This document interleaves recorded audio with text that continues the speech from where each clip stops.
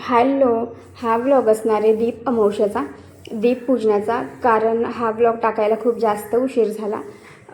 सकाळपासून हा vlog start नाही केला, संध्याकाळपासून स्टार्ट करते आहे. सकाळी जॉबला वगैरे गेले आणि नंतर मग घरी आले, थोडा वेळ आराम केला जेवण वगैरे करून, आणि मग संध्याकाळी हे सर्व स्टार्ट केलं मी. नंतर मग दिवे वगैरे धुवून ठेवले, स्वच्छ पुसले आणि वाती वगैरे बनवले. म्हणजे सगळे दिव्यांची वगैरे तयारी केली. मग देवपूजा वगैरे केली. घरातले घर सगळं स्वच्छ क्लीन करून घेतलं, पुसून घेतलं. आणि नंतर मग बाहेरचा ओटासुद्धा बाहेर जे आहे तिकडे पण व्यवस्थित झाडू मारून आणि पुसून घेतलं. रांगोळी वगैरे काढली आणि दारातसुद्धा दिवे लावले.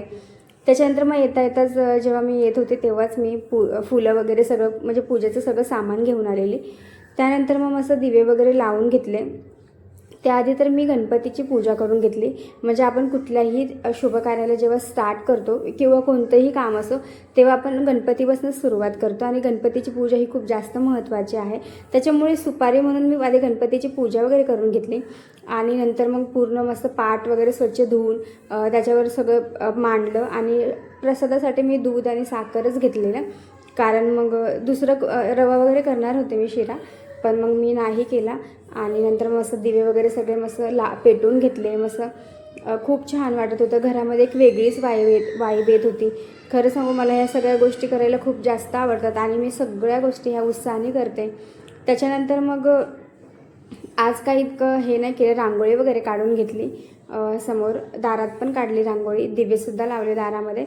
आणि ह्या सगळ्या गोष्टी म्हणजे आपण कणकेचे सुद्धा दिवे करू शकतो आणि लहान मुलांना ओवाळू शकतो. त्यामुळे आपल्या ज्या मुलांना आहे ती दीर्घायुष्य लागतं किंवा ह्या सगळ्या गोष्टी असतात. मग मी काही कणकेचे दिवे नव्हते केले, मग हे साधेच दिवे लावलेले आणि मला खूप जास्त छान वाटत होतं. आणि मी नेहमी या सगळ्या गोष्टी करत असते आणि मी नेहमी करणार आहे.